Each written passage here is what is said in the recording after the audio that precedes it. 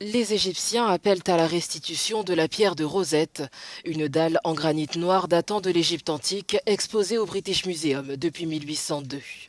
Alors que le débat sur la question des objets d'art africains est un défi croissant pour les musées occidentaux, une pétition lancée par l'égyptologue Monica Anna affirme que la pierre constitue un butin de guerre. Je pense que toutes les nations ont le droit de demander le retour de leur patrimoine. Au XIXe siècle, l'esclavage était légal, le travail des enfants l'était aussi, et les femmes n'avaient aucun droit. Aujourd'hui, nous sommes au XXIe siècle, et nous devons corriger les erreurs du passé, car nous ne pouvons pas changer l'histoire. Sculptée au IIe siècle avant Jésus-Christ, la pierre de Rosette a été découverte par la France de Napoléon Bonaparte en 1799, avant de devenir, 2 ans plus tard, la propriété de l'Empire britannique. La pierre de Rosette est pour moi un symbole de colonialisme occidental sur ma culture. Elle représente un butin de guerre et la violence culturelle. Je ne demande pas seulement son rapatriement.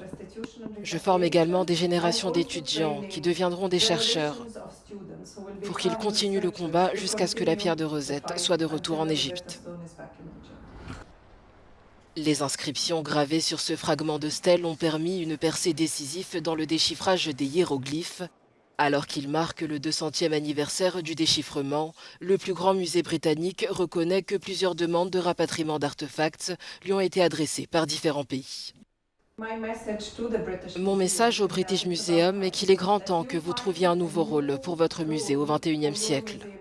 Le British Museum est toujours enfermé comme un cabinet de curiosité du XIXe siècle. Il doit trouver une nouvelle vision, une nouvelle philosophie en tant que musée. La pierre fait partie des plus de 100 000 reliques égyptiennes et soudanaises conservées au British Museum.